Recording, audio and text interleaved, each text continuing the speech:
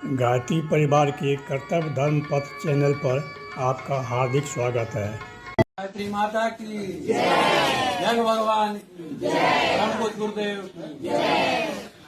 IDPL Rishikesh की हमारी unit ancillary थी, तो हमको महीने में 2 दफ़े ऋषिकेश जाना पड़ता था और हम जाके शांतिकुंज में रुकते थे।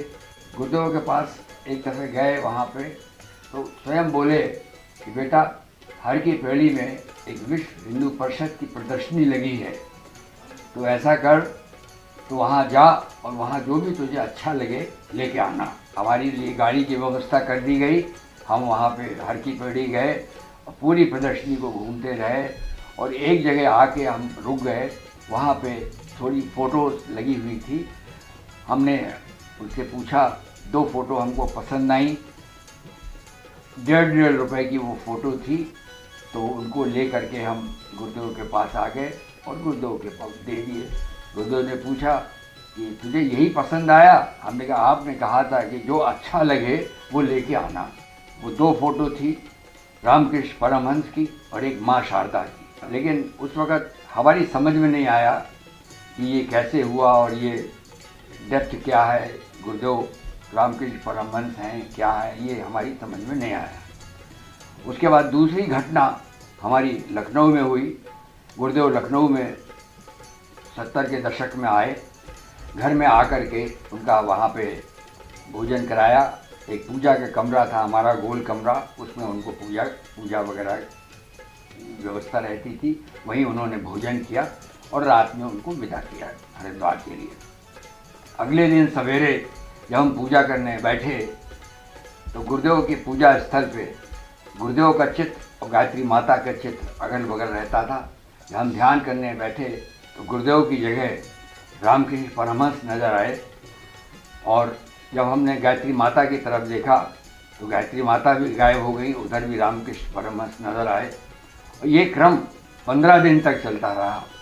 हमने सोचा कि मेजर खरे, तुम्हारा दिमाग खराब हो गया है, तुमको किसी डॉक्टर से इलाज कराना चाहिए। फिर सोचा, डॉक्टर की जब बात आई तो हमने कहा गुरुदेव से अच्छा डॉक्टर और कौन हो सकता है। हमने निर्णय लिया कि हमको शांतिकुंज जाना चाहिए और ये जो हमारे साथ जो भी घटना घटी है गुरुदेव को बताना चाहिए। हमने शाम की गाड़ी से टिकट कटा करके हम जनता एक्सप्रेस से प्रातः वहाँ पहुँच गए। गुरुदेव के पास नहा धो के ऊपर जब कक्ष में गए तो छूटते ही हमने गुरुदेव से पूछा, अपनी समस्या बताई। कहने, अभी तो मैं 15 दिन पहले तेरे पास वहाँ था, ऐसी क्या समस्या आ गई जो तुझे आना पड़ा? फिर हमने बताया कि हमने कहा ये 15 दिन से हो रहा है, मुझे रामकृष्ण परमहंस नज़र आते हैं आपकी जगह, तो मैं जानना चाहूँगा, मैं बिना जाने यहाँ से जाऊँगा नहीं। गुरुदेव ने कहा, तू जानना चाहता है? हमने कहा हाँ। गुरुदेव ने कहा, अच्छा बेटा जा, 3 बजे आना तो बताऊँगा। नीचे उतर के प्रणाम करके हम चले गए। जैसे ही 3 बजा हम फिर गुरुदेव के पास पहुंच गए। गुरुदेव ने इशारा किया कि चटाई पे बैठ जा, की तरफ इशारा किया, वहाँ हम बैठ गए। गुरुदेव लंबे वाले कमरे में टहल रहे थे और 5 मिनट के बाद हमारे सामने खड़े होकर बोले, उंगली छाती में रख करके, तू जानना चाहता है? यह है रामकृष्ण परमहंस और नीचे बैठी है माँ शारदा। मैंने उनसे पूछा, मेरा आपका क्या संबंध है? उन्होंने मुझे पूरी मेरी पास्ट लाइफ बताई, जो उनका संबंध था वो सब बताया। उन्होंने मेरी सारी जिज्ञासाओं का उन्होंने समाधान कर दिया और उनको प्रणाम करके नीचे आ गया।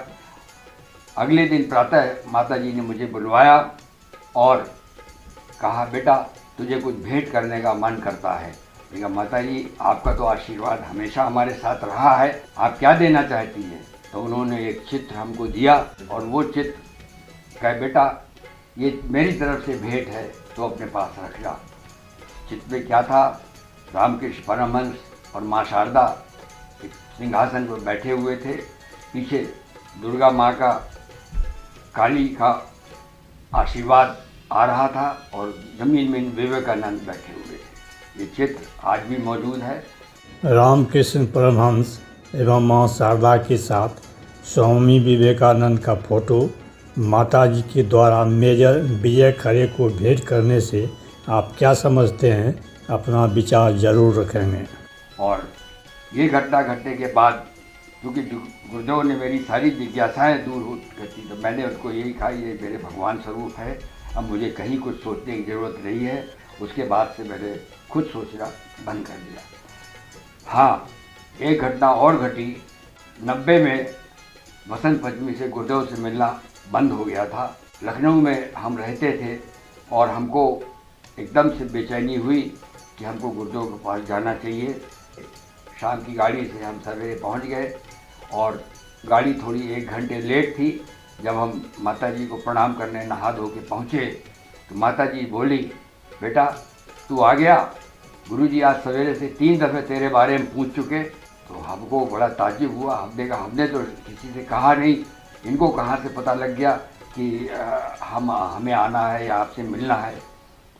हमको बोले, माताजी तू जा बैठ, गुरुजी तुझसे मिलना चाहते हैं। मेरे से कहा व्यवस्थापक के कमरे में हमको बिठा दिया गया।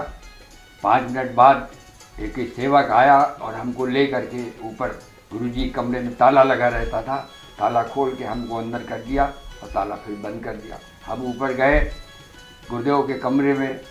गुरुदेव पैर लटकाए अपनी तख्त पे बैठे हुए थे। हम इशारा हमको किया, हमने वहाँ चटाई पर बैठ गए और बैठ करके हम गुरुदेव को देख रहे थे और गुरुदेव हमको, हम सब भूल गए हम किस लिए आए हैं। गुरुदेव ने भी हमसे कोई बात नहीं की। करीब 55 मिनट तक हम गुरुदेव को निहारते रहे और गुरुदेव हमको देखते रहे। 55 मिनट जब हो गए तो गुरुदेव बोले, कुछ चाहिए? जब उन्होंने कहा कुछ चाहिए तो मैंने बोला, मैं जो मांगूंगा आप दे देंगे? कहना हाँ बेटा बोल तुझे क्या चाहिए। मैंने कहा गुरुदेव लगभग 55 मिनट से आपको देख रहा हूँ, निहार रहा हूँ और ये महसूस कर रहा हूँ कि आप मेरे समीप हैं, आप मेरे सामने हैं। अगर दे सकते हो तो इस स्थिति को परमानेंट कर लीजिए।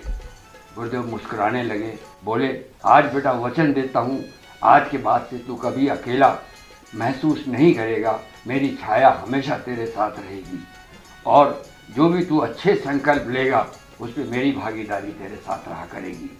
उस दिन से आज तक जो भी हमारा साथ हो रहा है, हम यही समझते हैं हम तो एक निमित्त कठपुतली है और हमारी गुरु सत्ता ही हमारी मदद कर रही है और वो हमसे सारे काम करवा रही है। आगे क्या होगा ये तो वो जाने, लेकिन हाँ 80 इस उम्र में 80 पार कर चुके हैं।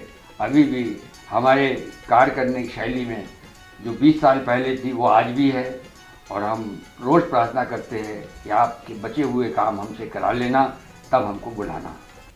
चलिए, वीडियो के अंत तक बने रहने के लिए धन्यवाद। आज बस इतना ही। ओम शांति, ओम शांति, ओम शांति।